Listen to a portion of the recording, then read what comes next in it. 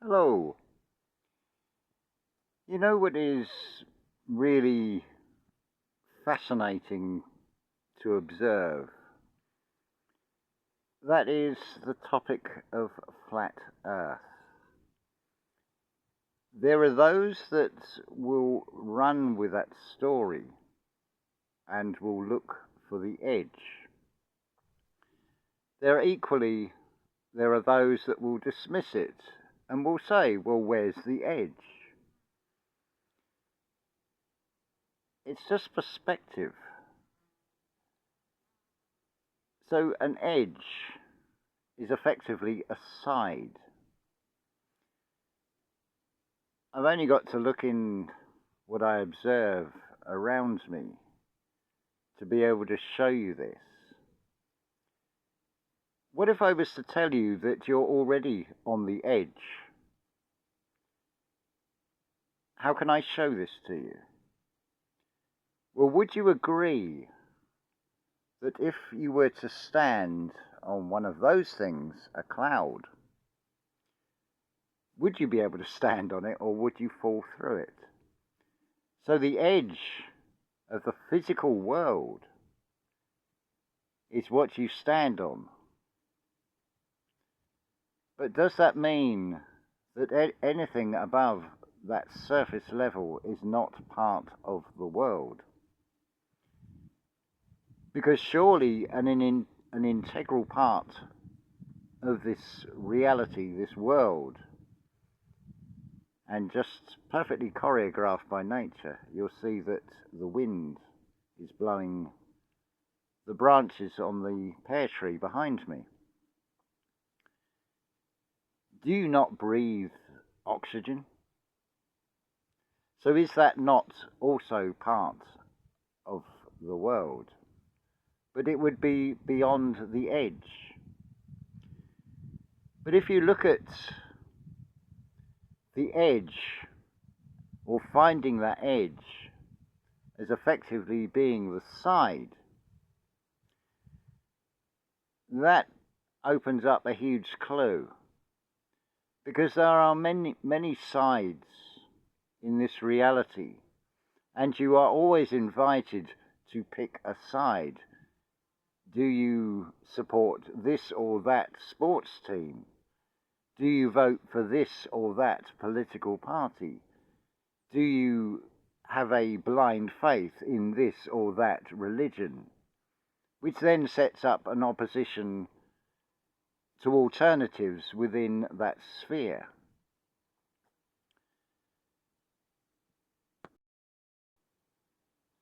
If we turn to the food that we consume, particularly in the sort of more fast food side of things, you will be given various options on the menu to which you can add all manner of sides, be it tomato sauce or coleslaw or whatever it happens to be, depending on what that meal is. There are other sides like pesticides, insecticides. There is also suicide. You know what the real problem is in this reality? And it is nothing new. It is most likely at least 5,000 years old. It is something that has infected the majority of the human family, and that is syphilis. Now, you may say, well, I haven't got syphilis. I say you have. How are you spelling syphilis? Are you spelling it SYP at the start of that word? What if I can show you that if we change the spelling, but it doesn't change the sound, what you get is SIF. There are lots of ifs. which is the counterpart of the phi. So what is the SIF? Well, that is superstition, ignorance, and fear. And of course, syphilis, in its physical manifestation, can lead to all kinds of neurological disorders. So the SIF syphilis also does exactly the same thing. But there is a way to prevent this. And that is to find the jewel in the Nile. That is to find the jewel in the crown, which is one and the same thing. Through the courses I offer, that will become readily apparent to you. Consider also what this reality reflects to you and how you hear certain words. A word like Wi-Fi and broadband connection. What if I was to tell you that Wi-Fi is actually a question? It is a hint to you. But how many of you just go with what you've been told that Wi-Fi is? But the actuality is that Wi-Fi has more than one meaning. It is actually a question for you. I shall leave it on that cliffhanger, as it were. Cliffhanger would also be you are on the edge. And look at what this reality does. How many people are suffering with stress, with anxiety, maybe experiencing panic attacks, maybe going into depression. I would say that all three of those things are actually a good thing. They are a blessing in disguise. It might seem a strange thing to say,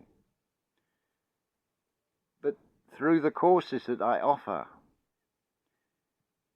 I can open doors for you. I can show you the real broadband connection, the connection that you really do want to look after, which is nothing to do with the Wi-Fi in the accepted sense, but to find the real Wi-Fi. So you are not likely to contract syphilis. So if you have any of those symptoms, or if you are suffering from stress, it could be said that you are on edge. So you have already found an edge to this reality. It is all a play on words. It actually can seem quite an amusing thing when you shift your perspective and you see things from a more neutral standpoint. So you can appreciate that there are contrasts. There is an often quoted saying attributed to William Shakespeare, "To be or not to be, that is the question."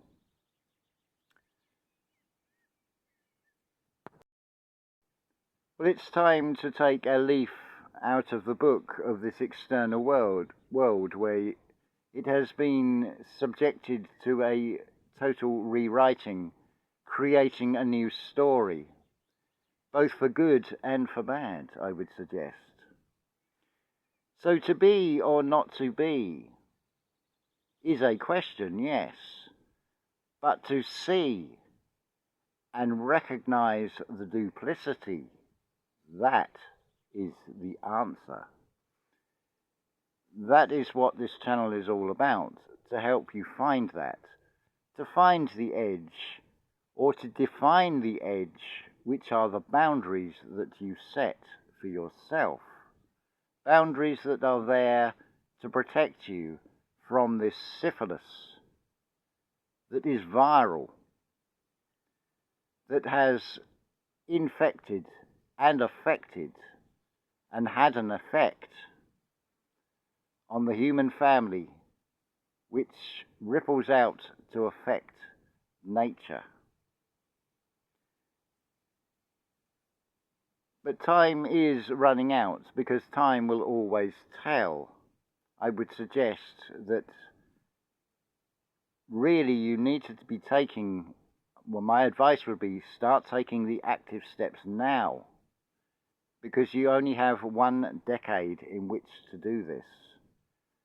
Where you are a decade from now is going to very much determine the world that you will see unfold in front of you. And because we're in a realm of contrasts and duality, I wonder, what world is it that you wish to see, and what world you will actually get to experience? I can certainly help guide you through to find the most beneficial and the most positive experience of all of this and what is to unfold. But of course it is down to you whether you wish to do that, or whether you are happy to stay in a comfort zone of bewilderment, of being on edge, being in anxiety. Is that where you wish to be, would be my question, when there is a tranquility to be found? Not like a tranquilizer in the accepted sense, but a feeling of tranquility inside, where you no longer have such things as stress and fear and superstitions, or even ignorance. Because it comes down to seek the kingdom within, and all will be revealed to you. But where is that key?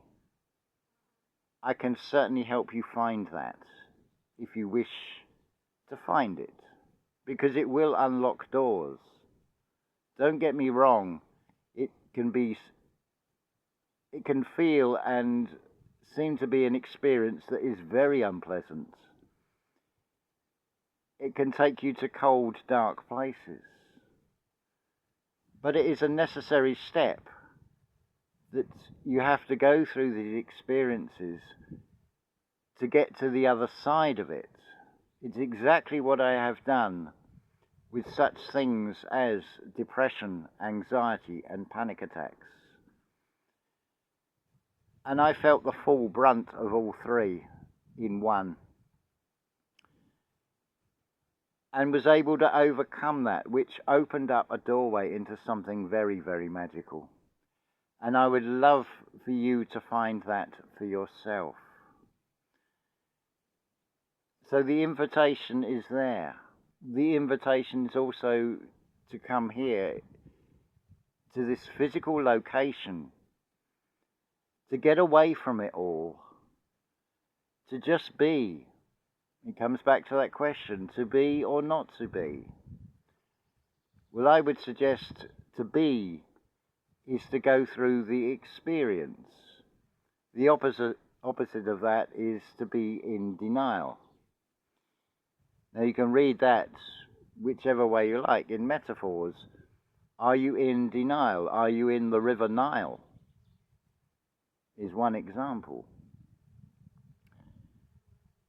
Right, there's a few things to ponder there for you. It is all designed to whet your appetite, but to not give you the physical fast food, but to give you the spiritual fast food that does not come with harmful sides, but comes with a recognition of the two sides of the duality of this reality, how it works, and how you can navigate your way through it without contracting that superstition, that ignorance, and that fear of the syphilis.